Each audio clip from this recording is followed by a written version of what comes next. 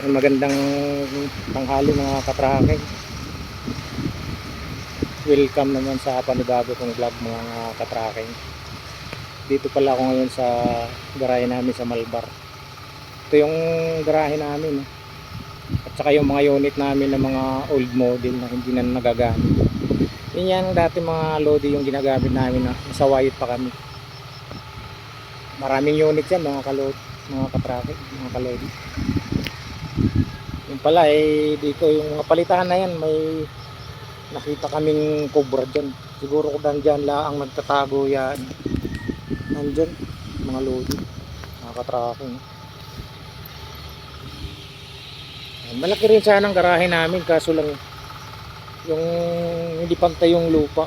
Medyo may papantay, may patagilid. Mga ka-tracking. Ayun yung mga pinagawa ni bus na na bali barak ng mga driver at saka crew.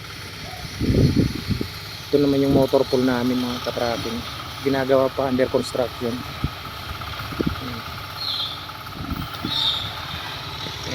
Ikutin natin mga ka-tracking. Samahan niyo ako mga ka-tracking.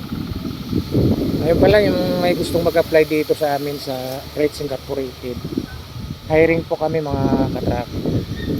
Dito sa Barangay San Gregorio, Park Batangas. Yung mga malapit dito mga ka-tracking, pwede kayo mag-apply dito direct. Yan. Kung gusto nyo, hanapin nyo lang ako, si Roberto Ikaskao, si RC Tracking Vlog. I-refer ko kayo kay boss at saka sa opisina para madali kayong matanggap. Yan. Wala naman problema, kompleto ang benepisyo mga ka-tracking. May pag-ibig pili, kompleto. May tirahan naman. May hirapan kasi may barracks na komportable naman mga ka-tracking. Yung lalim mga ka-tracking. Palagay ko mga ka-tracking na dyan lang yung yung kubra na yan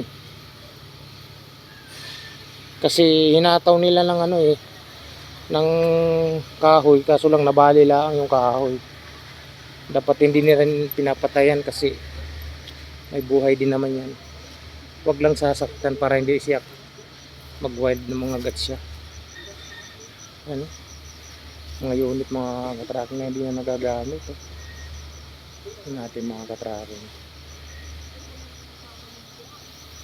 Yan, pag maraming rambutan, pag namumunga yung mga katracking, libre na kami, kumukuha kami dyan. Nga pala mga katracking, bibihira na ako mag-upload ng sa YouTube, ng video sa YouTube. Busy na lagi mga katracking. Tingnan natin dito mga katracking sa kabila. Pakita ko sa inyo yung